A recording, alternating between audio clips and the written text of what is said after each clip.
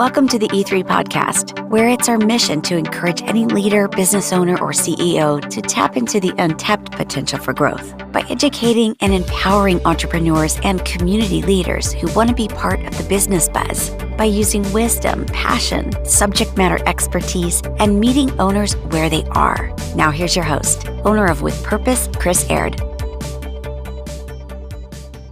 Well, hello and welcome to the E3 podcast. My name is Chris. I'm the host of the E3 podcast, where it's meant to encourage, educate, and empower you, the listener, the business owner, the leader, wherever you're leading at home, in work, in community. But again, welcome. It's a pleasure to have you. And I have a special guest today who will probably become a regular guest. His name is Brian Aird. And Brian, why don't you say hello to our listeners and tell us a little bit about yourself? Well, good morning, everybody, and happy Friday, Safety Friday to you all. As Chris said, my name is Brian. I am currently semi-retired, have various careers through the Navy, a lot of not-for-profits in business and fundraising, and things along that line.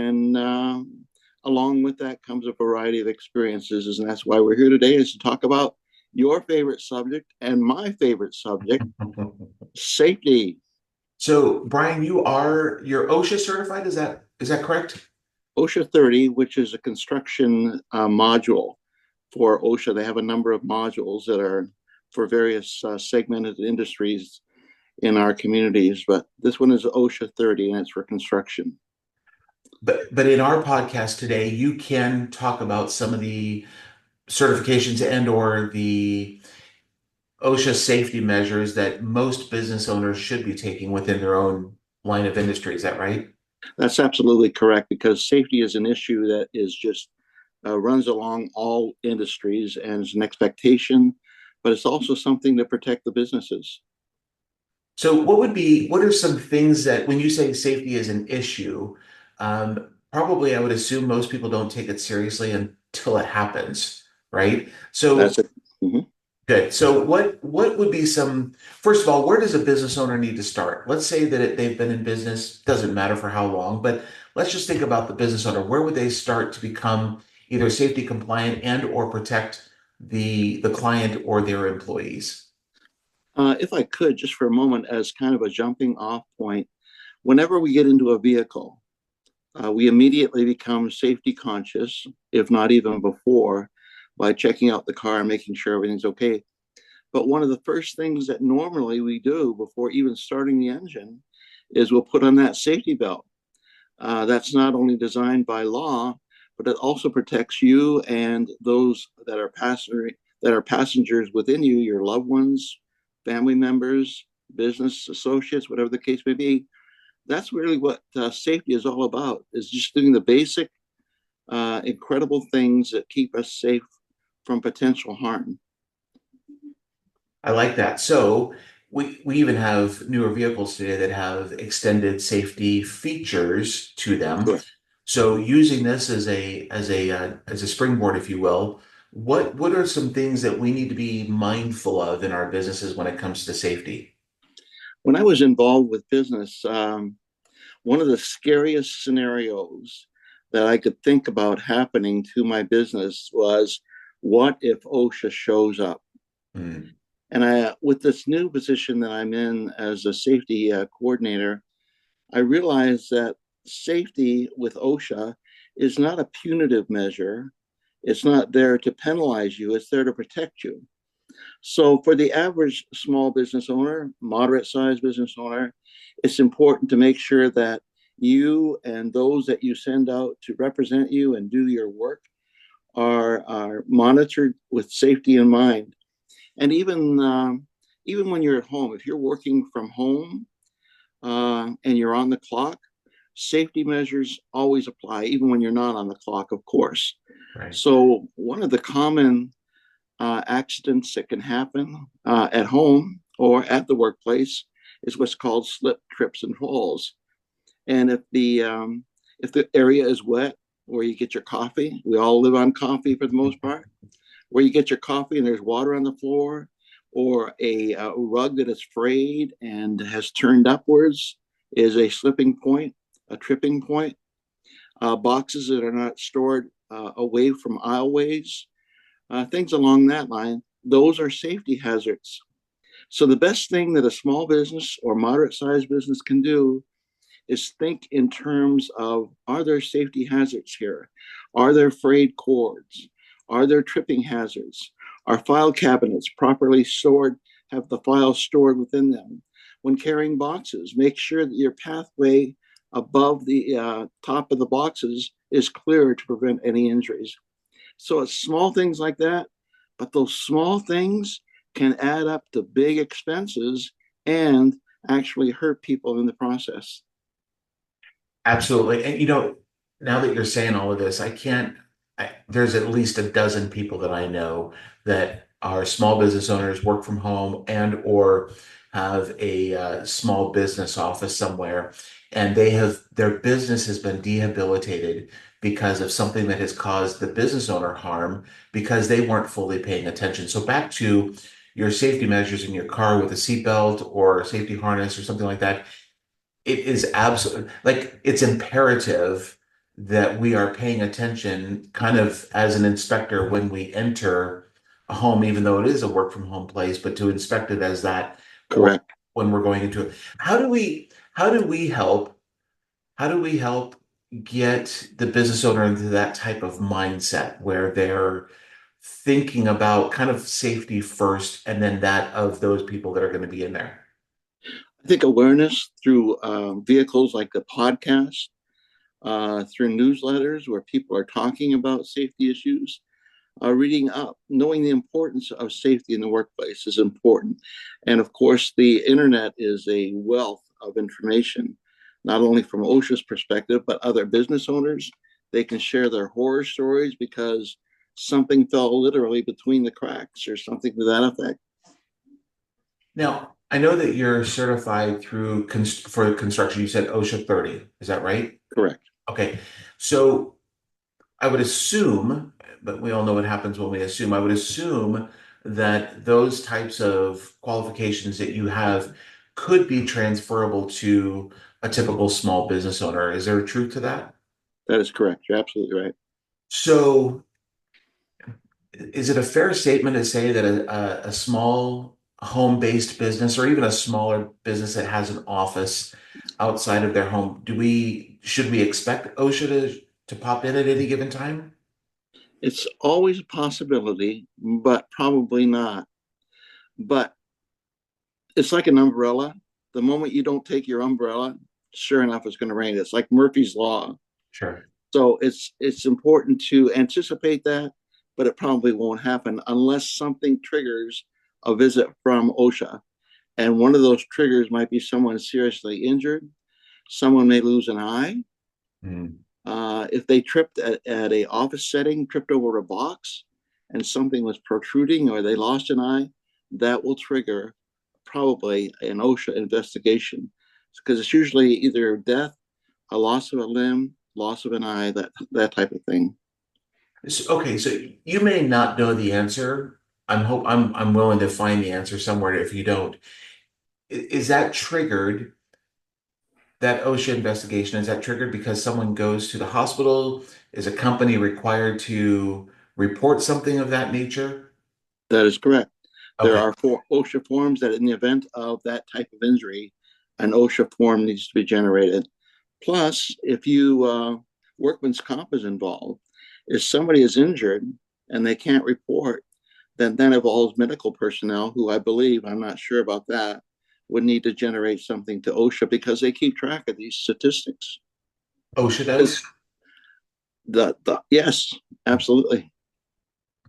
Um, and so then it kind of goes into when we have safety, you talk about workman's comp too. We're not going to head down that road, but that is some sort of insurance that business owners should be thinking about having, not just for them, but for any potential employees that they either have currently or in the future, right? That's correct. I believe by law, most states require that companies do have workman's comp. And if something happens to an individual on payroll at the work site and there's an injury, that will dramatically, in some cases, increase your workman's comp insurance costs. So there's so much intertwined that not only will it affect the individual who's hurt, they're going to be off the job if it's that severe. You're going to lose money. You're going to lose productivity. You're going to lose that person. It's a possibility of increase on workman's comp and all of that. So there's many mechanisms or triggers that happen when something happens at the workplace that is safety related. It's kind of scary to think about, kind of overwhelming as well. But when you become a business owner, you also are an employer, even if it's just yourself. That's And correct. so there are those levels of responsibilities. And that's kind of what we've been diving into is the responsibilities of the employer, regardless of the size of the business. Is that That's correct? correct. That's correct. It's being responsible. And so, Brian, what would be some simple steps that our listeners can be doing and enacting almost today as they were listening to the podcast and they get into the workplace? Come up with a safety plan. Come up with a what if scenario. So, in the event that there's an electric short in the kitchen where the coffee pot is at with a homeowner and working from home, look for frayed cords. Do a safety plan. Here's what we're going to do: an annual, or we're going to do a monthly inspection of our premises. We're going to make sure that the aisleways are clear. We're going to make sure that everybody knows about an evacuation route in the event of a fire. We're going to know where the fire extinguisher is at. All of those are part and parcel of a safety plan, or the what if this happens. What's our plan of action? Think about it. Plan for the unexpected. Okay, that's really that's really, really good. Plan for the unexpected, right? And sometimes we don't know when those things are going to happen. So to have the plan is a proactive measure to make sure Correct. that everybody's in safety mode and or they know what happens or what to do when something happens.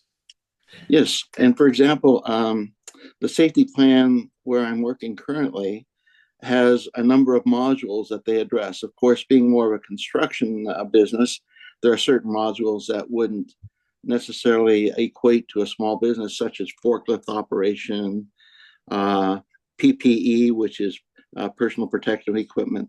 But we do have a module called "What if an individual workplace violence? What happens if an individual who's a malcontent shows up at place of the business? What's the plan of action? Hmm. Suppose there's a fire in the kitchen. What's the plan of action? Who calls 911? Where's the evacuation route? Those types of things. Are employees allowed to use step ladders? And if so, what are the steps or precautions that they should take? They shouldn't be carrying stuff up and down, even a small step ladder. So those are the things that in your place of business, you design a safety plan that meets your safety needs. I really like this, and it's already given me cause of concern to make sure that I've got it implemented in my place. Brian, where do we keep this at? Where do we keep these plans at? They should be kept in an office and dusted off and practiced on a regular basis. Do drills, make sure everybody knows what to do, where to go, what to say, who to call, those types of things. And and also, if you're in an earthquake prone zone, if you work in California, what happens in the event of an earthquake? What's the evacuation route? What should a person do? Who should they call? Because when an earthquake happens in a geographical area, everybody's trying to call in to that place where it happens. It ties up the satellites and all of that, and nobody gets through. So, what's the plan? What's the plan?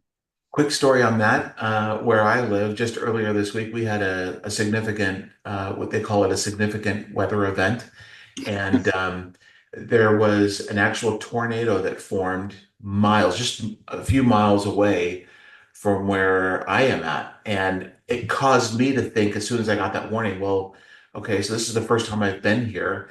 What do I need to be doing and what do I need to be looking out for? So this conversation, this podcast is very relevant to both you as the trainer, if you will, but also to me as the receiver and thinking about the what if scenarios.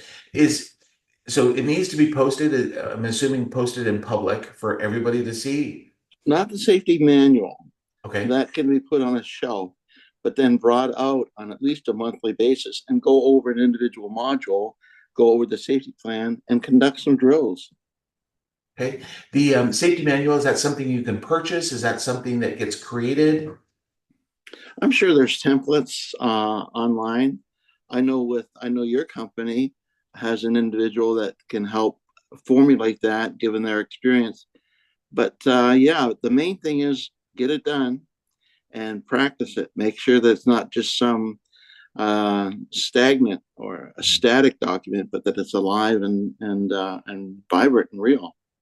Okay, so just real quick, as we start to kind of wrap up this episode of the podcast, we talked about there should be a couple of things that are publicly posted, but there is also some sort of training manual, as to your phrase, wipe the dust off of.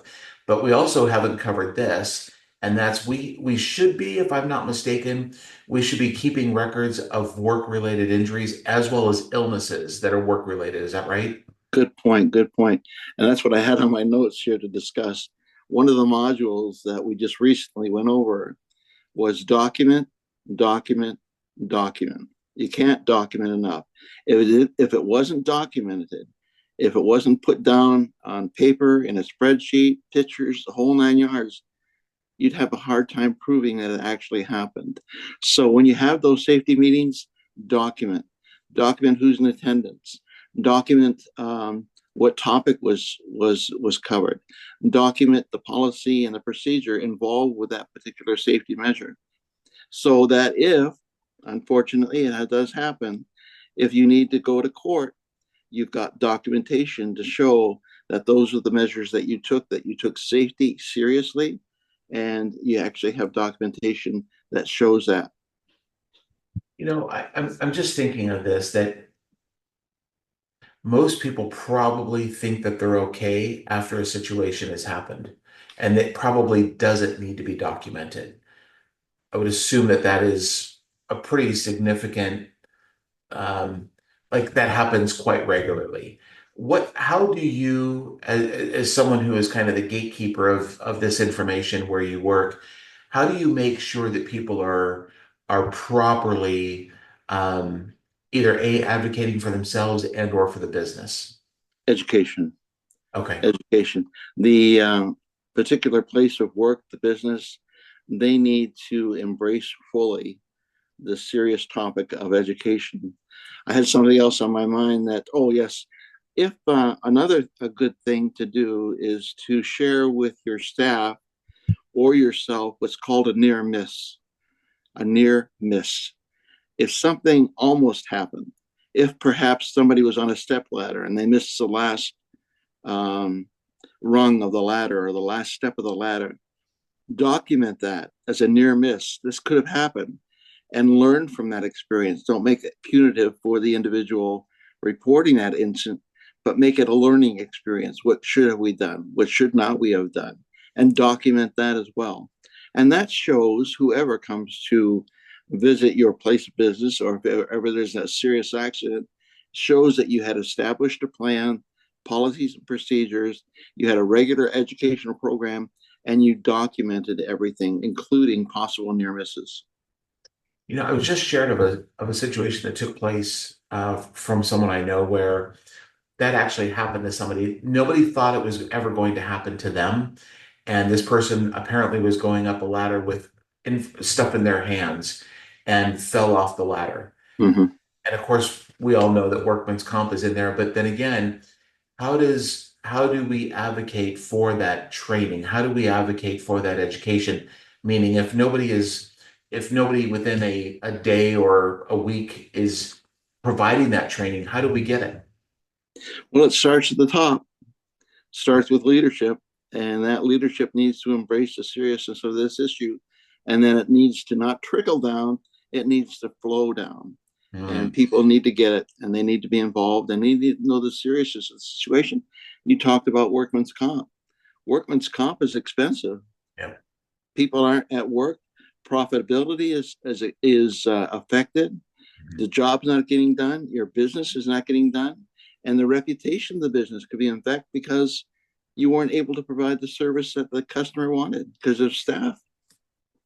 Correct. All great points, all fantastic points, actually, especially when you think about the health of the business. It's not just profitability, it's the people that are inside there, either working in the business. Real quick, what about people that might travel for work? Does OSHA or those safety standards apply to them? If people are in a company vehicle and they're doing work related materials and they're involved in an incident, OSHA is involved in that. So, whatever you're doing for a company, you're considered to be on the clock, and it therefore is could be an OSHA issue. And I was thinking that too, if people take their vehicle, a company vehicle home, um, if they're not on the clock, then there's not an issue. It'll be more of a personal thing. But if they are on the clock, that brings up a whole new issue. Yes. Yeah, so I think for another conversation, we're gonna have to figure out how you determine someone was on the clock or not off the clock, Right. taking a vehicle home. What if they're using their personal vehicle to travel between work sites? Does the same rules apply? If they're on the clock, if they're doing company related work, and that was another module that we came up with was safety, vehicle safety. I mean, no texting. It's got to be hands free. All of that. If you're on the clock and you're in a company vehicle, that sets the company up for liability. Well, I wasn't nervous before this podcast, but now I am. Well, my job has been complete then. Absolutely. Well, because here's the thing is not just for me, but for the listeners, you have educated us. And I think I'm often said that I'm often quoted as saying that people know their industry, but they don't know their business.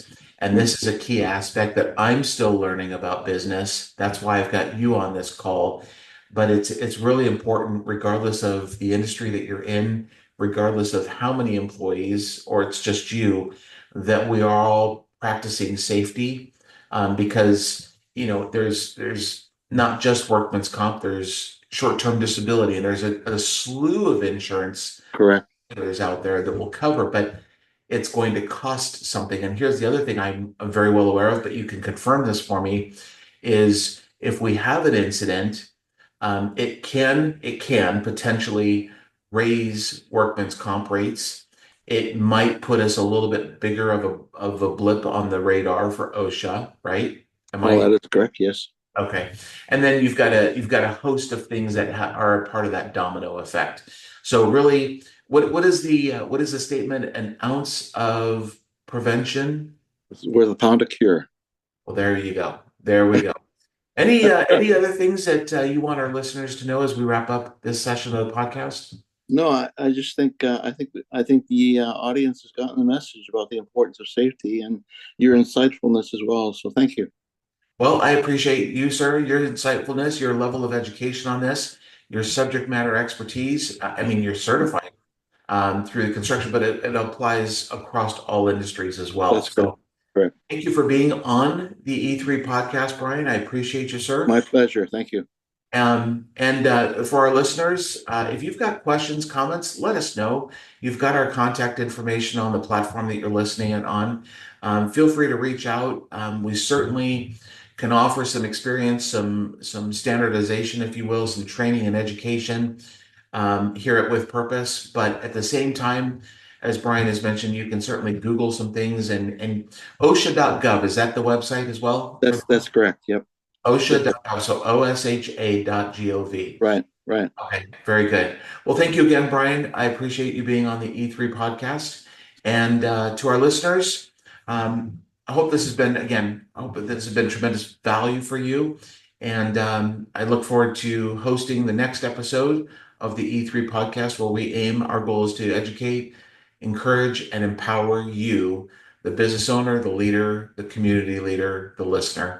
Have a great day. And as we like to wrap up and say, live with purpose. Thank you for being part of our business experiences on the E3 podcast. And if you like the content as much as we did, we'd appreciate a follow and a quick share on your socials. And if you want to stay up to date with all the news, resources, and content, visit withpurposellc.com. Remember, results are the outcome of a strategic plan.